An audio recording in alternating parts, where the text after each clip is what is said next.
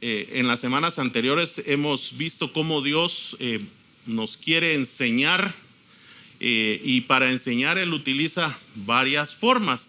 Una de ellas, si ustedes se recuerdan, lo leímos en Romanos, que es que Él nos enseña a través de todo lo creado, de toda la creación. Cuando nosotros vemos todo lo que Dios ha creado, cada cosa que Él ha creado, cada ser que Él ha creado tiene un propósito. Y el propósito es que nosotros aprendamos principios, aprendamos de Él y tengamos entendimiento de cuál es la voluntad de Dios.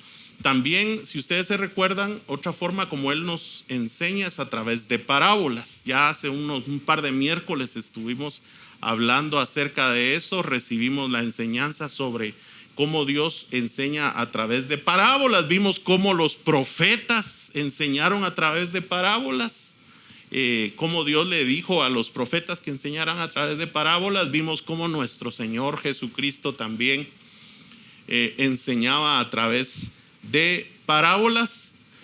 Y dentro de esas declaraciones maravillosas que el Señor Jesucristo hizo a sus discípulos, les dijo que solo a los discípulos, solo a los que verdaderamente son discípulos del Señor Jesucristo, aquellos que han decidido ser como Él, llegar a tener el carácter que Él tiene, les son revelados los misterios del reino de los cielos.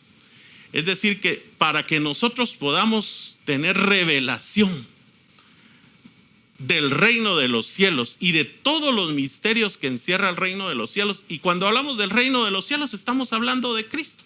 Se recuerdan que hace poco también estudiamos, ¿verdad?, de que todo lo sustenta Él con la palabra de su poder, de su autoridad. Entonces, cuando nosotros decimos queremos entender todos los misterios del reino, a quien vamos a encontrar es al Señor Jesucristo, porque en Él se encuentran todos los misterios de la divinidad del Padre. Entonces, a los discípulos, mis hermanos, es a quienes nos va a ser revelado Cristo Jesús.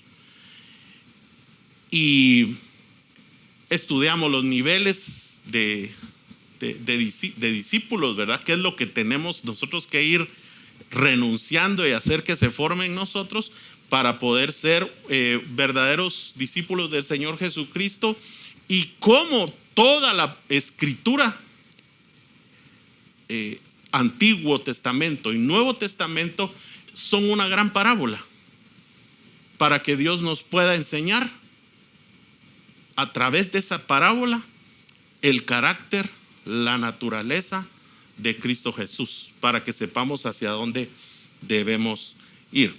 Entonces, la semana pasada también estuvimos hablando un poquito acerca de las fiestas judías, cuál es el propósito de esas fiestas. Si ustedes se recuerdan,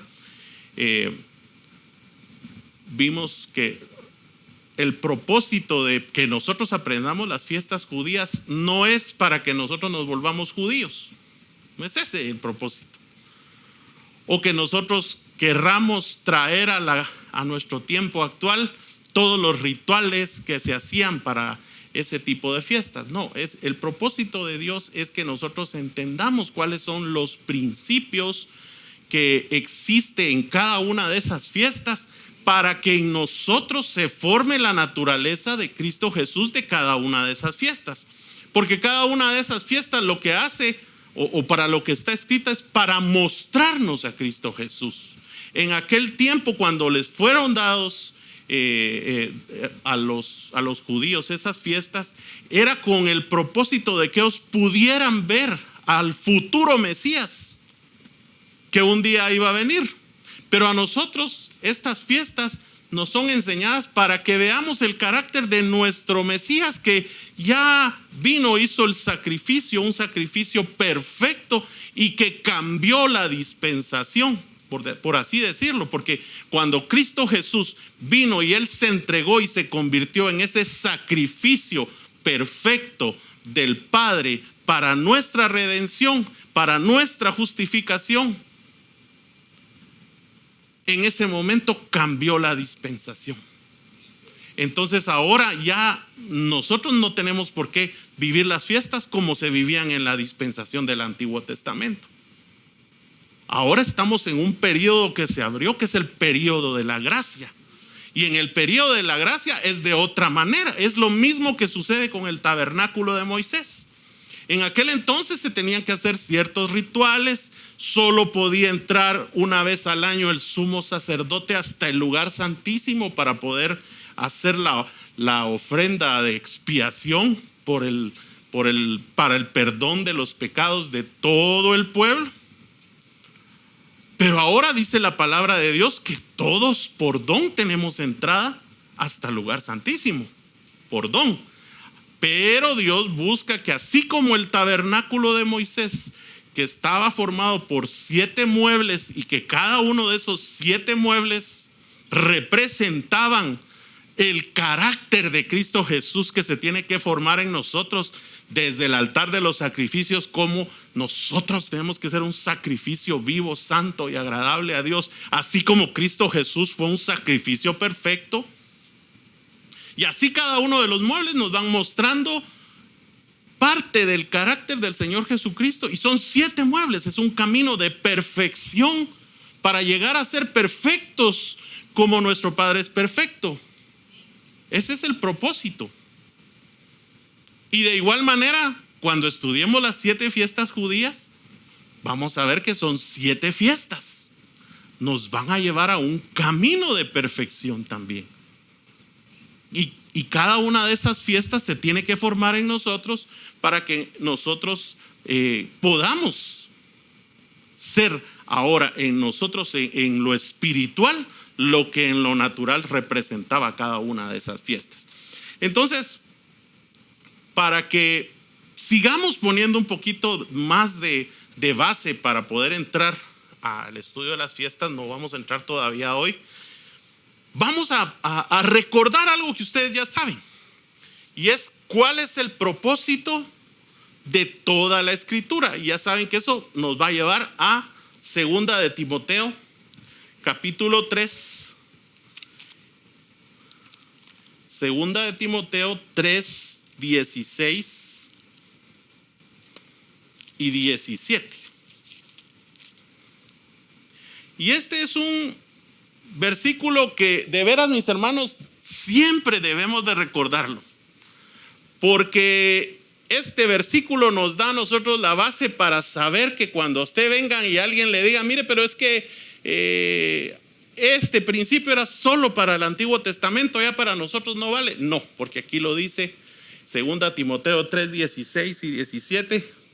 Leamos lo que dice. Y hoy vamos a hacer lo que dijo el Señor Jesucristo, ¿verdad? Escudriñad las escrituras. Vamos a ir a desglosar estos versículos para sacar de ahí lo que Dios quiere que nosotros entendamos. Dice, en versículo 16 dice, toda la escritura es inspirada por Dios. Y dice, y es útil, ¿para qué? Para enseñar, para redarguir, para corregir y para instruir. Pero no dice solo para instruir, dice para instruir en justicia. ¿Y cuál es el propósito? Dice, a fin de que el hombre de Dios sea perfecto, enteramente preparado para toda buena obra. Y si nos vamos a ver despacio, y miren, mis hermanos, así es como debemos de estudiar nosotros la palabra. Porque cuando Jesús dijo escudriñen las escrituras, esa palabra escudriñar significa buscar, significa inquirir, significa escarbar, cavar, buscar en lo más profundo de lo que Dios nos quiere hablar en este pasaje. Y entonces, en primer lugar dice, toda la escritura. Toda la escritura. Y cuando hablamos de toda la escritura es desde Génesis 1:1 hasta el último versículo de Apocalipsis, que no me recuerdo cuál es. Pero desde Génesis hasta Apocalipsis dice que toda la palabra es, dice, no dice fue, es inspirada por Dios. ¿Por qué dice es? Porque es actual. Cada vez que yo abro la palabra y empiezo a estudiar, empiezo a escudriñarla, viene esa inspiración de Dios. Por eso es que acabamos de orar, que abrimos nuestra mente y nuestro corazón al Espíritu Santo. ¿Sabe por qué? Porque esa palabra inspirada se refiere a un soplo divino, se refiere al Espíritu Santo soplando en nosotros para que tengamos el entendimiento de lo que Dios nos quiere hablar cuando nosotros verdaderamente escudriñamos. Si solamente leemos por leer, ahí no va a haber soplo divino. Yo puedo llenar mi mente de todo el conocimiento. Y miren, muchas personas conocen de Biblia. Hemos aprendido que hasta el mismo Lucifer conoce la palabra. Y entiende la palabra. Fíjense que él tiene entendimiento. La diferencia es que él la entiende, pero para torcerla. O sea que no se trata solo de entender. Se trata también de entenderla con el propósito de que esa palabra haga su obra en nosotros. Y por eso es que tenemos que seguir todo lo que dice aquí, 2 Timoteo 3, 16 y 17. Bueno, y dice, entonces es inspirada, quiere decir que hay un soplo de Dios. Es el Espíritu de Dios. Si usted va a ver a la concordancia de Strong, va a encontrar que esa palabra inspirada es el soplo divino de Dios cuando usted escudriña la palabra. ¿Qué más dice? Y es útil. O sea, toda es útil, mis hermanos. Que cuando usted lee ahí que esta persona engendró a esta y esta engendró a esta, las genealogías donde están todos los que engendraron a sus hijos y que fue abuelito de no sé quién, usted se rasca la cabeza y dice, voy a saltarme esto. No, toda la escritura es útil. Pero es que hay que pedirle al Señor. Hay que pedirle al Señor que nos hable a través de cada nombre que aparece ahí en su palabra. Gracias a Dios, Dios nos ha enseñado eso.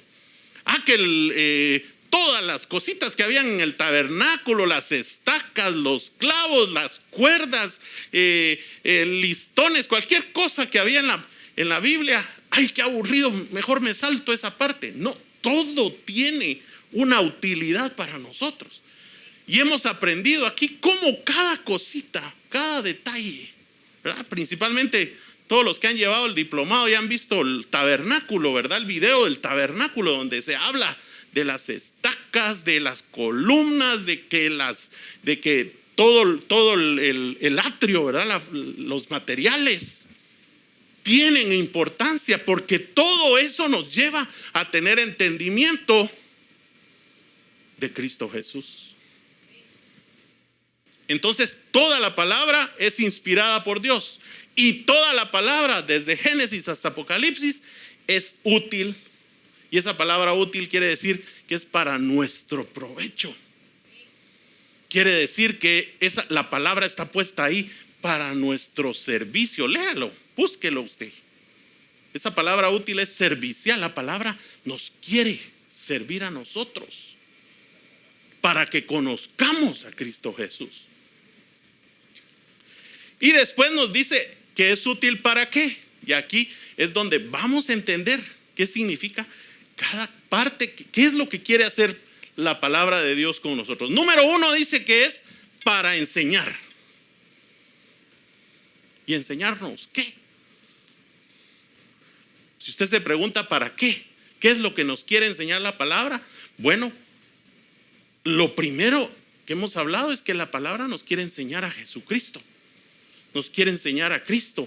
Nos quiere enseñar cuál es su carácter, cuál es su imagen, cuál es su estatura. Y cuando nos muestra el carácter de nuestro Señor Jesucristo, nos lleva a entender el carácter del Padre también. Porque la palabra de Dios dice que el Padre y el Hijo son uno. Y el Señor Jesucristo dijo: el que me ha visto a mí, ha visto al Padre. Entonces, cuando la palabra nos enseña el carácter, la gloria, la majestad de Cristo Jesús, nos está enseñando al Padre. ¿Qué otra cosa nos enseña la palabra? Nos enseña a Cristo, pero también nos enseña cuál es el propósito de Dios para nosotros. Está en Efesios 1, del 3 al 4, ¿se recuerdan? Ahí nos dice para qué fuimos escogidos desde antes de la fundación del mundo. Dice: para ser santos y sin mancha y estar delante de Él. Pero no solo ese pasaje dice eso. Si vamos a toda la palabra, vamos a encontrar que toda la palabra nos lleva a la perfección. Nos lleva a ser limpios, a ser santos y sin mancha delante de Él. ¿Qué más nos enseña? Nos enseña los principios por los cuales Dios se rige, y Él quiere que nos rijamos sobre esos principios también. Nos enseña sobre su voluntad para nosotros, y nos enseña sobre sus promesas para nosotros. Mire todo lo que la palabra nos enseña. Y principalmente, desde Génesis hasta Apocalipsis, la palabra nos ha sido dada, mis hermanos, para que nos enseñe el camino de regreso al Padre. Y ese camino se llama Jesucristo. Ese es lo principal para lo que la palabra fue hecha para enseñarnos. Luego dice que también nos redarguye. Y esa palabra de redarguir, si usted la va a buscar, quiere decir que nos amonesta, nos llama la atención. ¿Para qué? Para que nos demos cuenta de nuestra condición, la condición pecadora que aún tenemos. Cuando yo abro la palabra, yo veo en un espejo, mis hermanos. Así como las mujeres cuando iban a la fuente, ¿verdad? Las mujeres dieron sus espejos para que hicieran la fuente de bronce. Y ahí cuando se acercaban a ministrar los sacerdotes, los levitas se acercaban, ahí se miraban en un espejo. La palabra es un espejo para nosotros, para que veamos nuestra condición delante de Dios. La palabra me muestra cómo es Dios y cómo soy yo. Y cuando yo veo cómo es Dios y cómo soy yo, ahí me redarguye, porque me hace ver mi condición pecadora, mi condición carnal, mi falta de crecimiento espiritual, mi naturaleza. Pero tiene un propósito que la palabra nos redarguya, nos llame la atención, nos amoneste. Allá en 1 Corintios 10 lo vamos a leer. Dice que todas las cosas que quedaron escritas del pueblo de Israel es para amonestarnos, dice, a nosotros, a los que hemos llegado hasta el final de los tiempos, para amonestarnos y nos demos cuenta de la condición de ellos, para que veamos nuestra condición también, pero con el propósito de que nos arrepintamos, nos demos cuenta y nos volvamos del camino equivocado que llevábamos hacia la voluntad de Dios. Por eso es que dice que nos redarguye. ¿Qué más dice que hace con nosotros? Nos corrige. Nos corrige. Cuando hablamos de corrección, nos endereza, nos vuelve al camino. Cuando ve que nosotros nos arrepentimos, cuando verdaderamente nos redarguyó y nos arrepentimos de nuestros malos caminos, entonces la palabra viene y comienza a enderezar todo lo que está torcido en nosotros. Ahí empieza ese proceso de sanidad y de liberación. Empieza a corregir, empieza a transformar nuestra mente y nuestra voluntad, alineándola a la voluntad de Dios. nos señala el camino correcto, Cristo Jesús, y nos pone en él. Eso es lo bueno de la palabra. No solo nos señala, pero eso es para nosotros si realmente buscamos y escudriñamos su palabra. Y por último, ¿qué más dice? Nos instruye en justicia.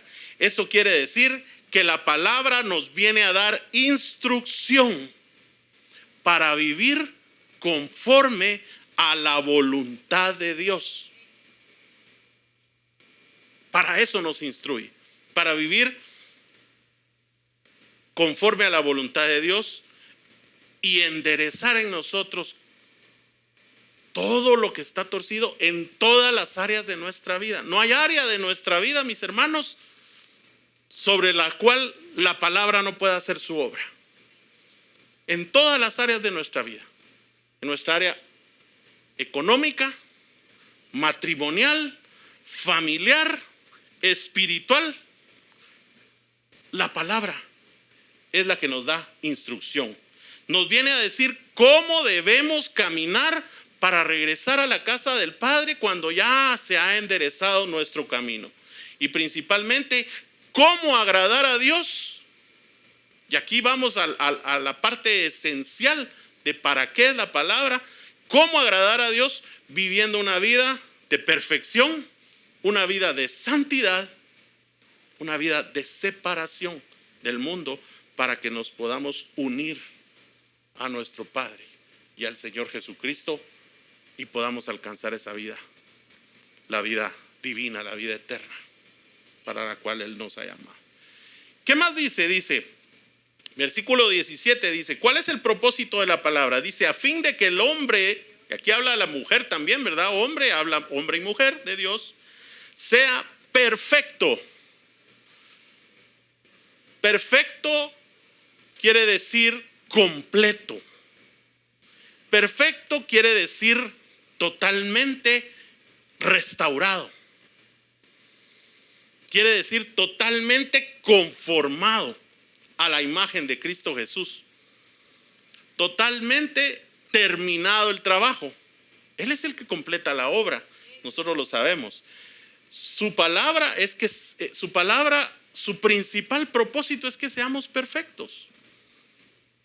Que alcancemos esa vida de perfección. Por eso es que en Mateo 5:48 dice que seamos perfectos como nuestro Padre que está en los cielos es perfecto.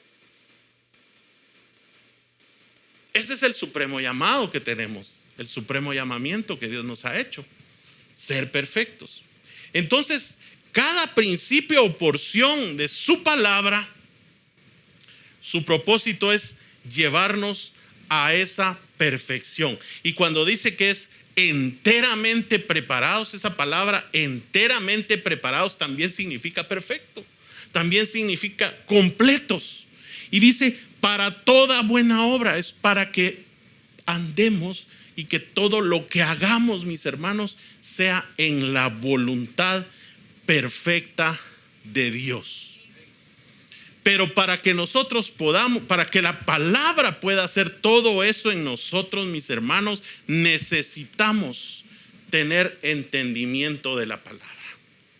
Sin entendimiento no podemos, la palabra no puede hacer en nosotros. Por eso es que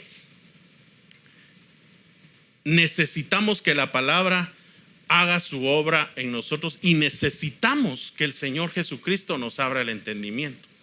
¿Se recuerdan los discípulos? Acompáñenme ahí a Mateo capítulo 16. Mateo capítulo 16, vamos a ver un ejemplo de cómo, aún siendo uno un discípulo que todavía está en proceso de ser perfeccionado, puede tener falta de entendimiento. Mateo capítulo 16, versículo 21.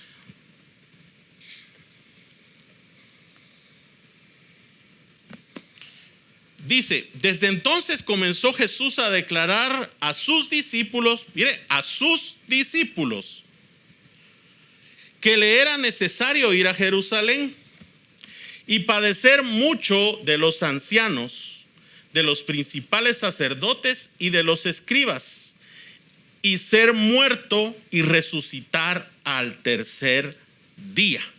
Aquí les estaba dando cuál era el propósito de Dios. Sin embargo, mire lo que pasó en el 22. Dice, entonces Pedro, uno de sus discípulos, tomándolo aparte, comenzó a reconvenirle, diciendo, Señor, ten compasión de ti. En ninguna manera esto te acontezca. O sea, Pedro conocía, mire, todos los judíos tenían conocimiento de la palabra. Eran judíos. Ellos iban a las sinagogas y ahí leían la palabra. Ellos tenían conocimiento. Y yo sé que Pedro tenía conocimiento de la palabra porque cuando vino el Espíritu Santo en Hechos capítulo 2, en el día de Pentecostés, Pedro empezó a hablar y comenzó a recitarles al profeta Joel, en donde les decía que esto es lo que escribió el profeta Joel, de que iba a venir el Espíritu Santo, ¿verdad? Y que iban a profetizar y todo lo que estaba sucediendo, él lo asoció inmediatamente. O sea, Pedro tenía conocimiento, pero no tenía entendimiento. Y es lo que le pasaba también al apóstol Pablo. Pablo había sido instruido en la ley, había sido instruido en los profetas, él sabía los salmos, sabía todo el Antiguo Testamento. Pero hasta que tuvo un encuentro con Jesucristo, y ustedes se recuerdan que allá en Damasco, cuando él tuvo el encuentro y lo mandaron, y luego llegó Ananías, le quitó esa ceguera, se le abrió el entendimiento para que él entendiera todas las escrituras. Pues lo mismo pasaba con Pedro, porque aquí en el versículo 23, Jesús dice, volviéndose, le dijo a Pedro, quítate delante de mí, Satanás, me eres tropiezo, porque no pones la mira en las cosas de Dios, sino en las de los hombres. Pedro no tenía entendimiento en ese momento. Y por eso fue necesario que Jesús les abriera el entendimiento. Acompáñenme ahí a Lucas 24, ese lo leímos hace unas semanas. Lucas 24, solo para recordar. Vamos a leer el 44 en adelante. Y entonces, aquí a Jesús ya había resucitado. Y Jesús les viene a decir que el haber resucitado era algo que ya estaba en las Escrituras. Le dice, estas son las palabras que les hablé, estando aún con ustedes, que era necesario que se cumpliese todo lo que está escrito de mí en la ley de Moisés, en los profetas y en los salmos. Y entonces dice, miren, ya ellos habían ido a echar fuera demonios, ya habían ido a predicar, pero no tenían entendimiento de lo que estaban haciendo. Y muchas veces nosotros hacemos las cosas sin entender por qué las estamos haciendo. Por eso es que tenemos que pedirle al Señor que nos dé entendimiento. Y entonces dice en el 45, entonces les abrió el entendimiento, ¿para qué? Para que comprendiesen las Escrituras. Mis hermanos, si Jesús no nos abre el entendimiento, no vamos a comprender el propósito de las Escrituras. Podemos leer la Biblia, podemos darle cuantas vueltas se pueda leyendo la Biblia, pero si no clamamos y pedimos que Jesús nos abra el entendimiento, de verdad no vamos a comprender las Escrituras. Por eso es que es necesario que oremos. Usted se recuerda ahí en Efesios 1, acompáñeme. Efesios 1, esto ya lo sabe usted, pero es bueno que lo volvamos a recordar. Efesios 1,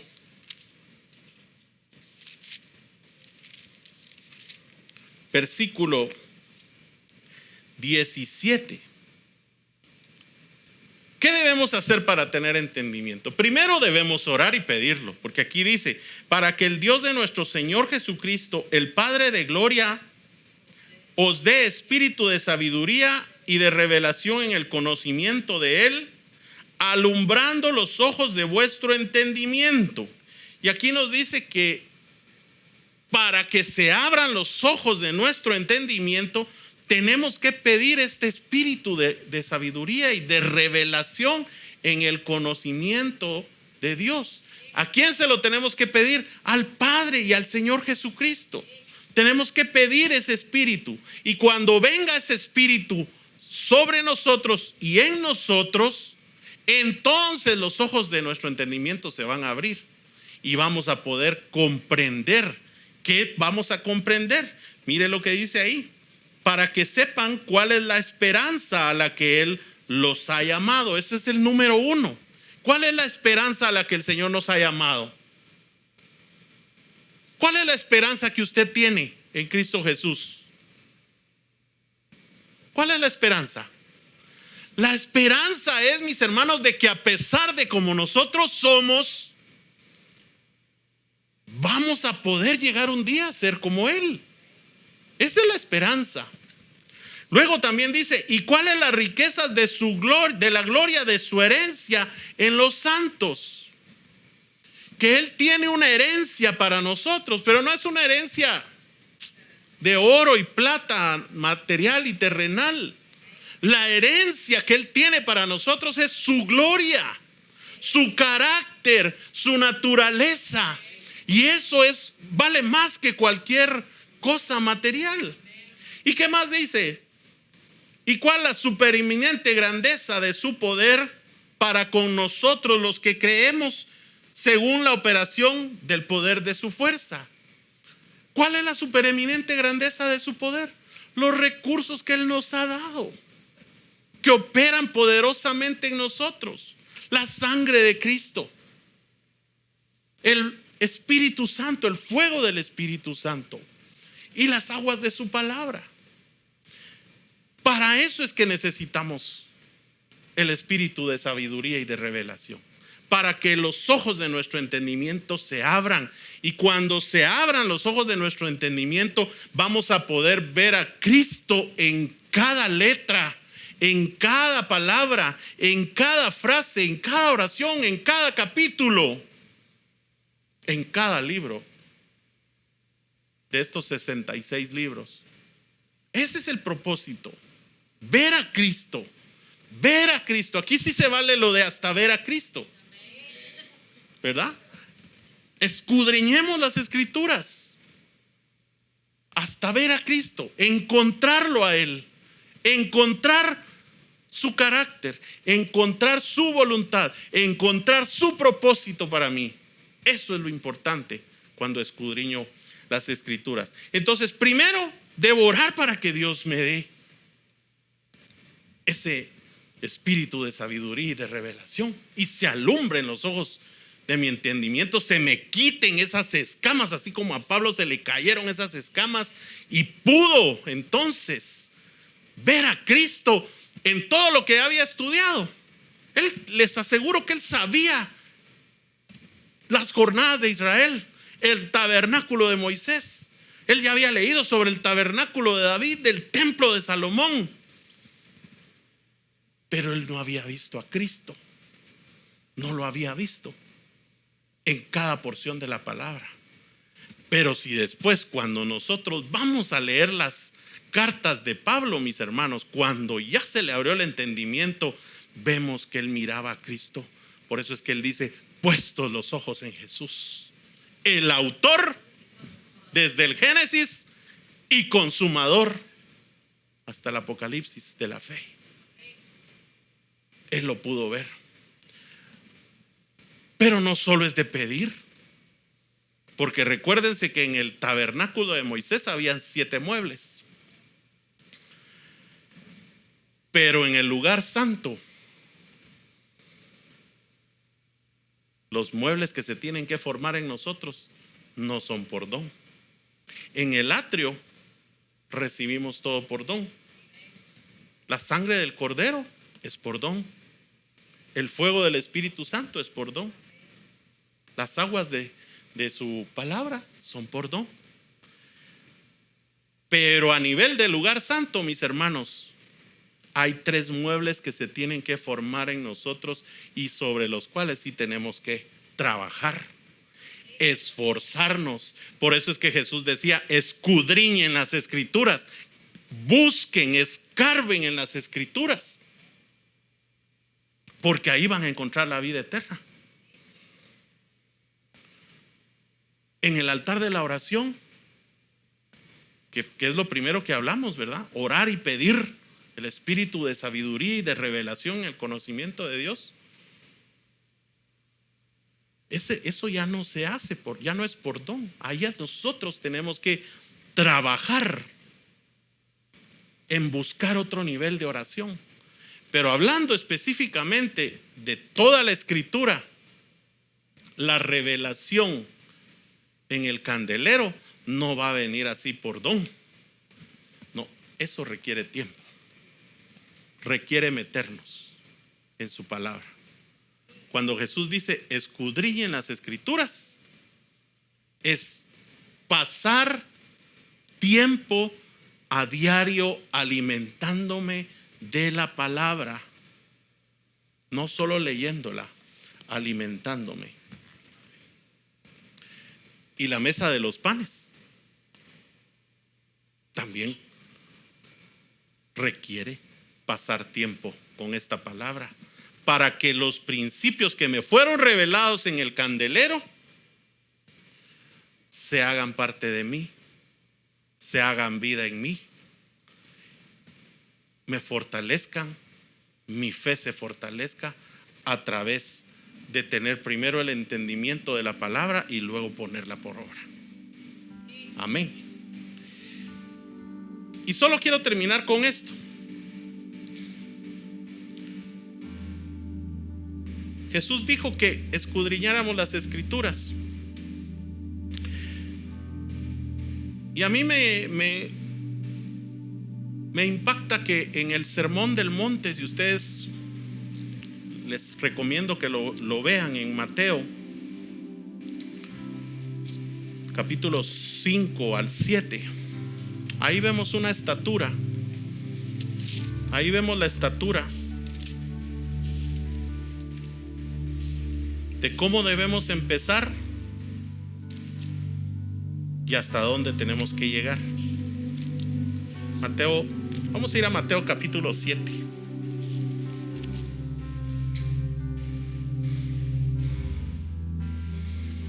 Ya lo hemos visto.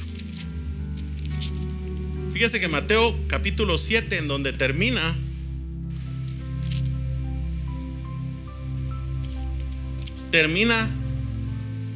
con los 2 cimientos, la base, el fundamento de todo. Así como cuando Dios le dio a Moisés el tabernáculo de Moisés. Yo no sé cuántos se recuerdan, cuando le dio el orden de los muebles, Dios le dio el orden de arriba hacia abajo. Empezó por el arca y el propiciatorio, y así se fue hacia abajo. Y el sacerdote empezaba desde abajo hacia arriba, ¿verdad? Empezaba desde el altar de los sacrificios, pasando por el lugar santo y el lugar santísimo. Igual es el Sermón del Monte. Jesús inició en el capítulo 5 cuando habla de las bienaventuranzas. Y dice, la primera bienaventuranza dice: bienaventurados los pobres en espíritu, porque de ellos es el reino de los cielos. Los pobres en espíritu, los que alcanzaron ese nivel. A veces pensamos que el nivel de los pobres en espíritu es el más bajo, ¿no? Ese es el nivel más alto. Los más pequeños, como dijo Jesús, que es necesario hacerse como uno de esos más pequeños para llegar al reino. Y aquí dice: ¿de quiénes es el reino de los cielos? De los que se hacen los más pequeños. de los que reconocen su necesidad, de los que se reconocen necesitados de Dios. Empieza desde lo más alto, que es a donde vamos a llegar. Pero si vamos al capítulo 7, al final, habla de los 2 cimientos. Y aquí, esto les quiero que terminemos con esto. Y dice, versículo 24, dice: cualquiera pues que me oye estas palabras y las hace, le compararé a un hombre prudente que edificó su casa sobre la roca. Descendió la lluvia y vinieron ríos y soplaron vientos y golpearon contra aquella casa y no cayó, porque estaba fundada sobre la roca. Y dice: pero cualquiera que me oye estas palabras y no las hace, le compararé a un hombre insensato que edificó su casa sobre la arena. Y descendió lluvia y vinieron ríos y soplaron vientos y dieron con ímpetu contra aquella casa, y cayó, y fue grande su ruina. Y mire, ahí dice: y cuando terminó Jesús estas palabras, la gente se admiraba de su doctrina, porque les enseñaba como quien tiene autoridad y no como los escribas. Ahí terminó el sermón del monte. Pero ahí él estaba dando el cimiento, estaba dando el inicio del camino. Si nosotros queremos edificar, mis hermanos, edificarnos como un tabernáculo, porque ahora ya sabemos que todo lo que aparece en el Antiguo Testamento, las fiestas judías, los sacrificios, el tabernáculo, las jornadas, todo es una figura del Señor Jesucristo formándose en nosotros, y que ahora sí debemos de verlo, ya no hacer todo lo que ellos hacían, no, que eso se forme en nosotros. Aquí, hablando de los 2 cimientos, dice que el que edificó su casa sobre la roca. Hay otro evangelio en donde dice que él escarbó, que él cavó y cavó hasta llegar a la roca. Y eso es lo que nos dice el Señor Jesucristo. Debemos de cavar, mis hermanos, debemos de escudriñar la palabra, debemos de buscar, de inquirir, de meditar, de esforzarnos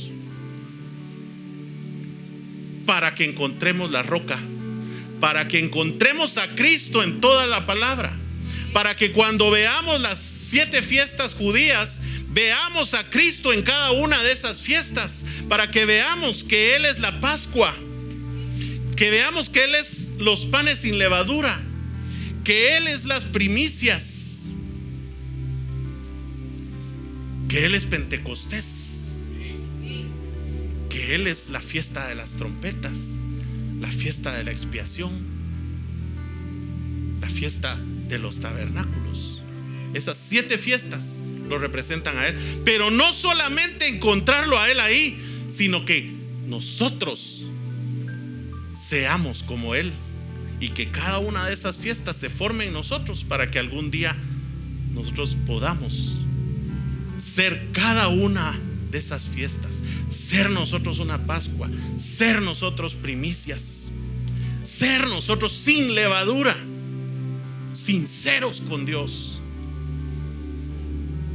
y alcanzar entonces sí esa estatura de Cristo Jesús, a través de entender la palabra, entendiendo que todo nos lleva a Cristo. Amén. Pongámonos en pie un momento, vamos a darle gracias al Señor. Gracias, Señor Jesucristo. Levante sus manos un momento, los que están en línea también. Mire qué grandes promesas nos ha dejado el Señor. Qué grande y maravillosa es su palabra. Grandes y maravillosas son las Escrituras, y nos pueden hacer perfectos. La ley de Jehová es perfecta, que convierte el alma, nos hace perfectos, nos hace sabios, dice. Padre Santo, te damos gracias, Señor, por tu bendita palabra. Gracias te damos, Señor, porque tú, Señor, has dejado en toda la Escritura, Señor, el camino de regreso hasta nuestro Padre, Señor. Padre, en el nombre de Jesús, esta noche los que estamos aquí, te pedimos, Padre, que nos des espíritu de sabiduría y de revelación en el conocimiento de ti, Padre. Lo necesitamos para que nuestros ojos espirituales, los ojos de nuestro entendimiento espiritual sean alumbrados, que la luz de Cristo Jesús alumbre nuestros ojos, para que podamos ver, Señor, ver a Cristo Jesús en cada palabra. Que cuando abramos las Escrituras, Señor, ya no nos quedemos sin entenderlas.